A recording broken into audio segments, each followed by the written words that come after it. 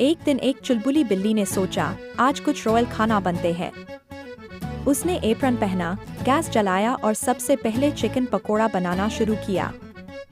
मसाले मिलाए, चिकन को डिप किया और गरम तेल में डाला। CHHH आवाज के साथ किचन महक उठी।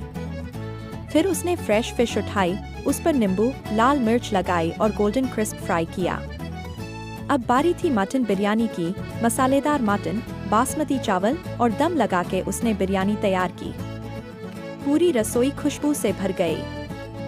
बिल्ली ने खुद हाई टेबल लगाए, कैंडल जलाई और खुद ही बोला, शेफ बिल्ली, यू आर अ स्टार। और मेज से डिनर किया।